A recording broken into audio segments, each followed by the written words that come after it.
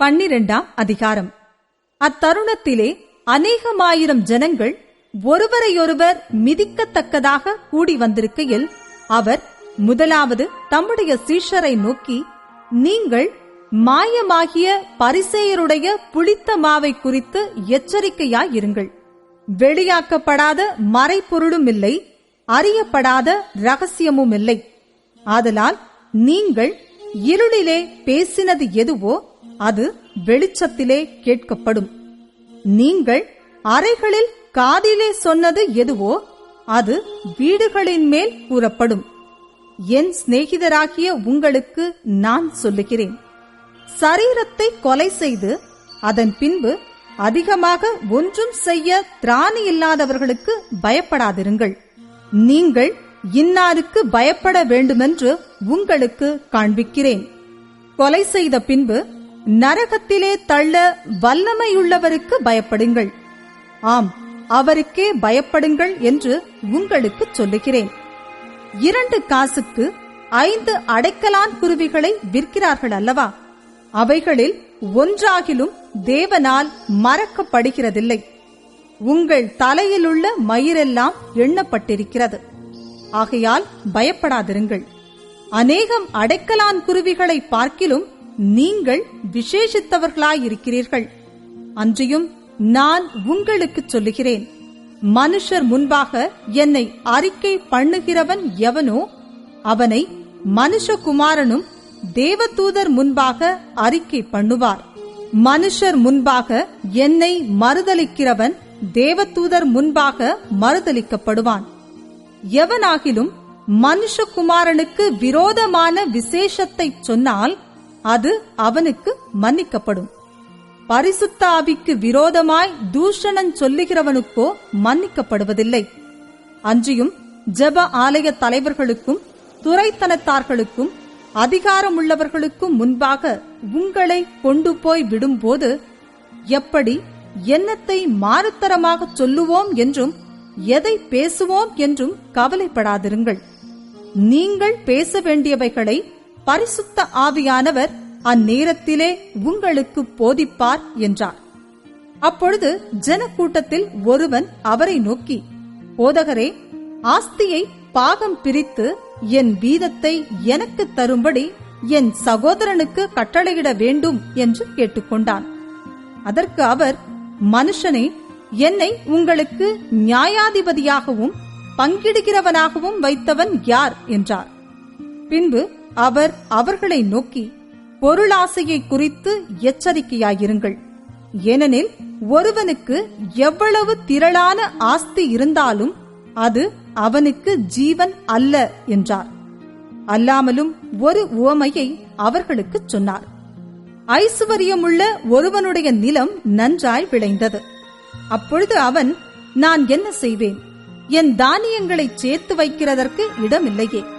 நான் ஒன்று செய்வேன், என் களஞ்சியங்களை இடித்து பெரிதாக கட்டி எனக்கு விளைந்த தானியத்தையும் என் பொருள்களையும் அங்கே சேர்த்து வைத்து, பின்பு, ஆத்துமாவே, உனக்காக அநேக வருஷங்களுக்கு அநேகம் பொருள்கள் சேர்த்து வைக்கப்பட்டிருக்கிறது.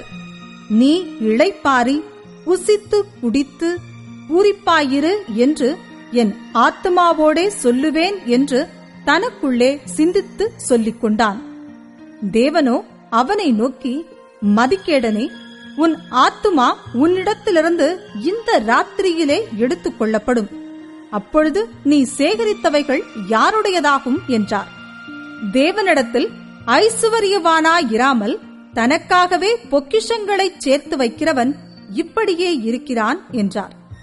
பின்னும் அவர் தம்முடைய சீஷரை நோக்கி, இப்படி இருக்கிறபடியினால் என்னத்தை உண்போம் என்று உங்கள் ஜீவனுக்காகவும் என்னத்தை உடுப்போம் என்று உங்கள் சரீரத்துக்காகவும் கவலைப்படாதிருங்கள் என்று உங்களுக்கு சொல்லுகிறேன். ஆகாரத்தை பார்க்கிலும் ஜீவனும் உடையை பார்க்கிலும் சரீரமும் விசேஷித்தவைகளாயிருக்கிறது. காகங்களை கவனித்து பாருங்கள், அவைகள் விதைக்கிறதும் இல்லை, அரிக்கிறதும் இல்லை. அவைகளுக்கு பண்டசாலையும் இல்லை, களஞ்சியமும் இல்லை. இல்லாவிட்டாலும் அவைகளையும் தேவன் பிழை கூட்டுகிறார். பறவைகளை பார்க்கிலும் நீங்கள் எவ்வளவோ விசேஷித்தவர்களாயிருக்கிறீர்கள். கவலைப்படுகிறதினால் உங்களில் எவன் தன் சரீர அளவோடு ஒரு முழத்தை கூட்டுவான்? மிகவும் அற்பமான காரியம் முதலாய் உங்களால் செய்யக்கூடாதிருக்க மற்றவைகளுக்காக நீங்கள் கவலைப்படுகிறதென்ன? காட்டு புஷ்பங்கள் எப்படி வளருகிறதென்று கவனித்து பாருங்கள். அவைகள் உழைக்கிறதுமில்லை, நூற்கிறதுமில்லை. என்றாலும் சாலமோன் முதலாய் தன் சர்வ மகிமையிலும் அவைகளில் ஒன்றைப் போலாகிலும் உடுத்தியிருந்ததில்லை என்று உங்களுக்கு சொல்லுகிறேன். இப்படி இருக்க அற்ப விசுவாசிகளே, இன்றைக்கு காட்டிலிருந்து நாளைக்கு அடுப்பிலே போடப்படுகிற புல்லுக்கு தேவன் இவ்விதமாக உடுத்துவித்தால் உங்களுக்கு உடுத்துவிப்பது அதிக நிச்சயம் அல்லவா? ஆகையால் என்னத்தை உண்போம், என்னத்தை குடிப்போம் என்று நீங்கள் கேளாமலும் சந்தேகப்படாமலும் இருங்கள். இவைகளையெல்லாம் உலகத்தார் நாடி தேடுகிறார்கள்.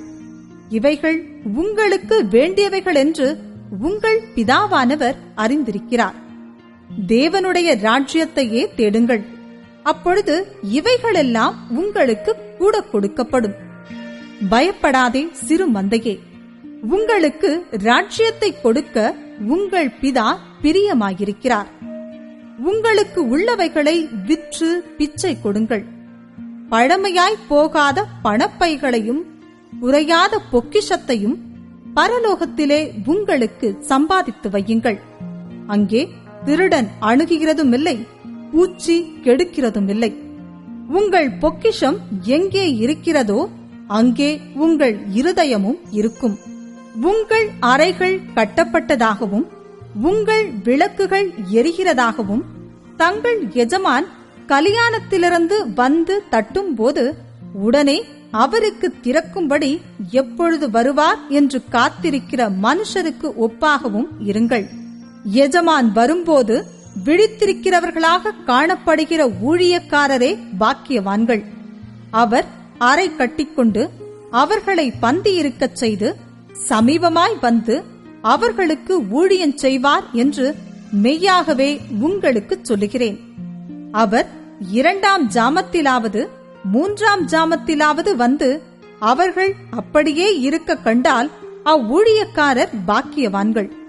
திருடன் இன்ன நேரத்தில் வருவான் என்று வீட்டெஜமானுக்கு தெரிந்திருந்தால் அவன் விழித்திருந்து தன் வீட்டை கன்னமிட ஒட்டான் என்று அறிந்திருக்கிறீர்கள்.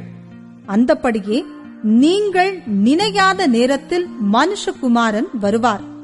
ஆகையால் நீங்களும் ஆயத்தமாயிருங்கள் என்றார். அப்பொழுது பேதுரு அவரை நோக்கி, ஆண்டவரே, இந்த உவமையை எங்களுக்கு மாத்திரம் சொல்லுகிறீரோ, எல்லாருக்கும் சொல்லுகிறீரோ என்று கேட்டான்.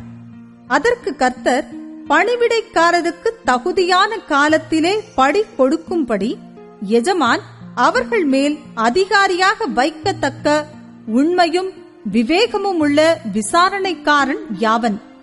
எஜமான் வரும்போது அப்படியே செய்கிறவனாய் காணப்படுகிற ஊழியக்காரன் பாக்கியவான். தனக்குள்ளதெல்லாவற்றின் மேலும் அவனை விசாரணைக்காரனாக வைப்பான் என்று மெய்யாகவே உங்களுக்கு சொல்லுகிறேன். அந்த ஊழியக்காரனோ என் எஜமான் வர நாள் செல்லும் என்று தனக்குள்ளே சொல்லிக்கொண்டு வேலைக்காரரையும் வேலைக்காரிகளையும் அடிக்கவும் புசித்து குடித்து வெறிக்கவும் தலைப்பட்டால் அவன் நினையாத நாளிலும் அறியாத நேரத்திலும் அந்த ஊழியக்காரனுடைய எஜமான் வந்து அவனை கடினமாய் தண்டித்து உண்மையில்லாதவர்களோட அவனுக்கு பங்கை நியமிப்பான்.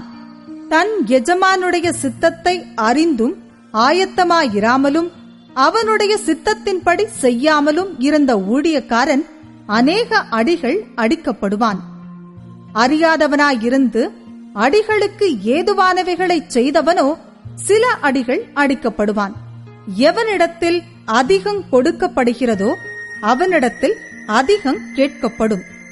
மனுஷர் எவனிடத்தில் அதிகமாய் ஒப்புவிக்கிறார்களோ அவனிடத்தில் அதிகமாய் கேட்பார்கள். பூமியின் மேல் அக்கினியை போட வந்தேன், அது இப்பொழுதே பற்றி எரிய வேண்டுமென்று விரும்புகிறேன். ஆகிலும் நான் முழுக வேண்டிய ஒரு ஸ்நானம் உண்டு, அது முடியும் அளவும் எவ்வளவோ நெருக்கப்படுகிறேன். நான் பூமியிலே சமாதானத்தை உண்டாக்க வந்தேன் என்று நினைக்கிறீர்களோ? சமாதானத்தை அல்ல, பிரிவினையையே உண்டாக்க வந்தேன் என்று உங்களுக்கு சொல்லுகிறேன். எப்படியெனில் இது முதல் ஒரே வீட்டிலே 5 பேர் பிரிந்திருப்பார்கள். 2 பேருக்கு விரோதமாய் 3 பேரும், 3 பேருக்கு விரோதமாய் 2 பேரும் பிரிந்திருப்பார்கள். தகப்பன் மகனுக்கும், மகன் தகப்பனுக்கும், தாய் மகளுக்கும், மகள் தாய்க்கும், மாமி மருமகளுக்கும், மருமகள் மாமிக்கும் விரோதமாய் பிரிந்திருப்பார்கள் என்றார். பின்பு அவர் ஜனங்களை நோக்கி, மேற்கே மேகம் எழும்புகிறதை நீங்கள் காணும்போது மழை வருமென்று சொல்லுகிறீர்கள், அந்தப்படியும் ஆகும். தென்றல் அடிக்கிறதை நீங்கள் காணும்போது உஷ்ணம் உண்டாகும் என்று சொல்லுகிறீர்கள், அந்தப்படியும் ஆகும். மாயக்காரரே, பூமியின் தோற்றத்தையும் வானத்தின் தோற்றத்தையும் நிதானிக்க உங்களுக்கு தெரியுமே. இந்த காலத்தையோ நிதானியாமற் போகிறதென்ன? நியாயம் இன்னதென்று நீங்களே தீர்மானியாமல் இருக்கிறதென்ன? உனக்கு எதிராளியானவன் உன்னை அதிகாரியினிடத்திற்கு கொண்டு போகிற போது வழியிலே தானே அவனிடத்திலிருந்து விடுதலையாகும்படி பிரயாசப்படு. இல்லாவிட்டால் அவன் உன்னை நியாயாதிபதிக்கு முன்பாக கொண்டு போவான். நியாயாதிபதி உன்னை சேவகனிடத்தில் ஒப்புக் கொடுப்பான். சேவகன் உன்னை சிறைச்சாலையில் போடுவான். நீ கடைசி காசை கொடுத்து தீர்க்கும் மட்டும் அவ்விடத்திலிருந்து புறப்பட மாட்டாய் என்று உனக்கு சொல்லுகிறேன் என்றார்.